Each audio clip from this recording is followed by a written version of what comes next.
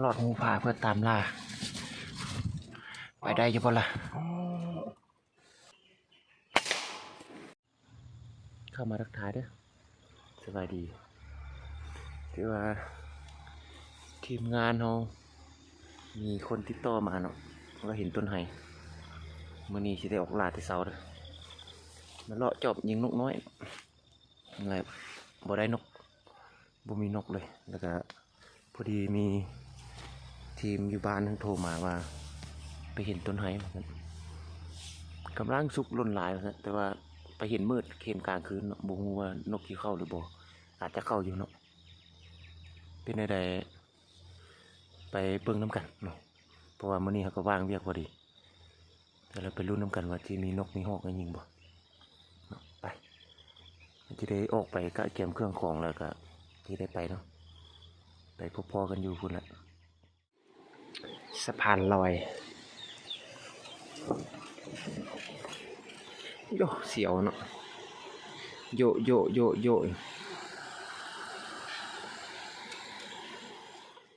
ทางค่อนข้างลำบาก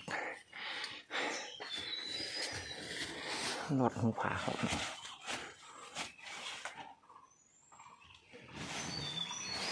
ต้นไม้มีนกน้อยตอมอยู่แต่ว่าเขาจะไปเบิ่งตัวจริงเนาะจะมีตัวอย่างเขาไปเช็คเบอร์ทางลุ่มกันหลอดหูผาเพื่อตามล่าไปได้ยังบ่ล่ะโอ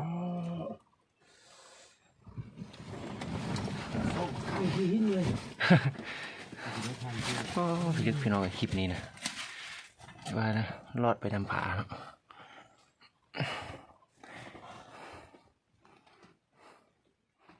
ไฮอันนี้ด้วยไฮใหญ่มาไฮคำนี่เนาะ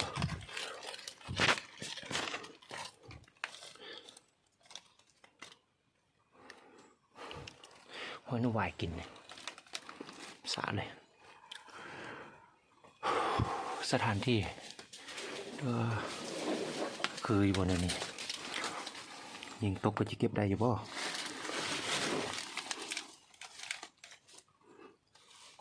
กำลังสุกกำลังรุ่นนะเธอสุกหลายแหละ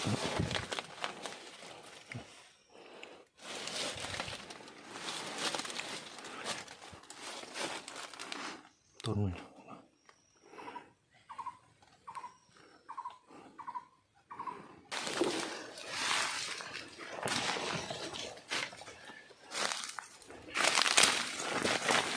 ุ่งวาย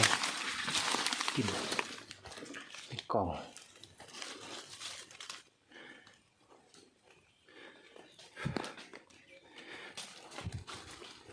กำลังสุกแต่ว่าช่วงนี้ก็คือหู้นกันเนาะต้นไฮนี่ก็นกโบจอกปานใดละจังว่ามิดอยู่เนี่ยใหญ่ดิสูงอีก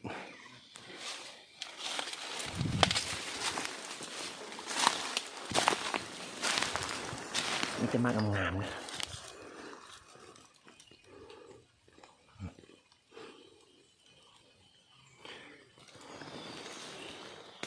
ไปรุ่นน้ำกัดโซห่างหากระเทียมสถานที่ขึ้นมาหอดนี้นะที่ว่าเรามาเห็ดปนนั่นตะวินยังซ่องนะอันน่ะใส่สกปแคมเบรตตอนสวยเลยนะพอดีบ่ายโมง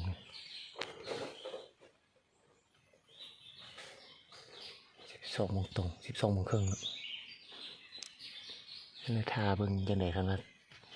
ตะวินลงแล้วจังสิได้ใส่สกปแคมนะหรือว่าคันมีตัวเข้ามายิงนะ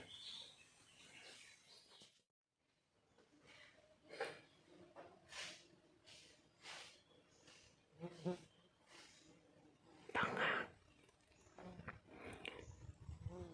ดอกดักเลย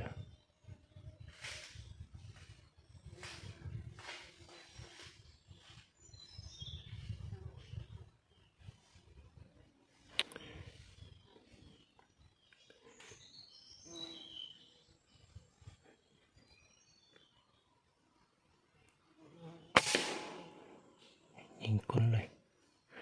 เฮ้ยปวดตายวะ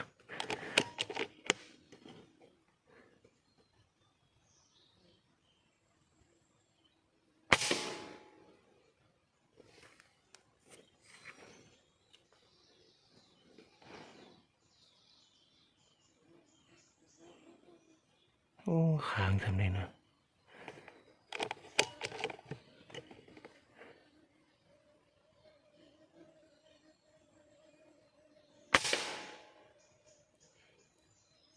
โอ้ยก็หอกค้างครับแย่มันเนาะถ้าเพิ่งมันจะตกบ่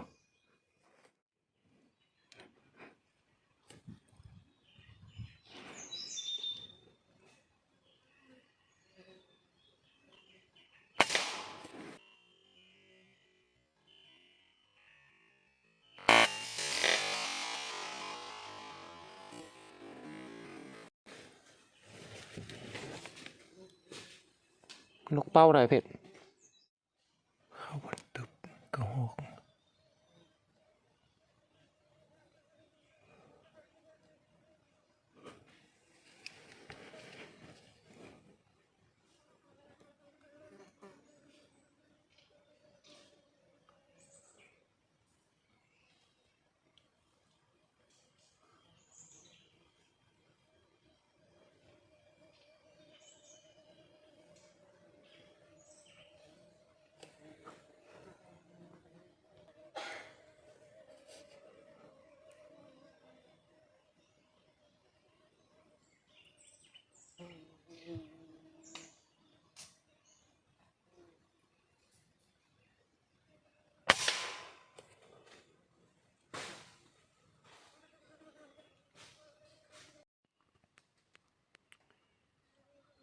มืดใจเข้ามาแล้ว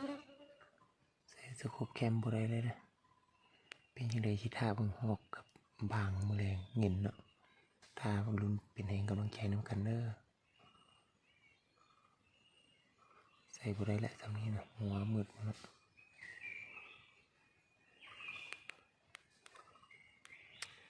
ยิงออกไป4 บาทเลยบุ้งว่าจะโชคได้บ่ป่าเป็นสินะเป็นหินเนาะ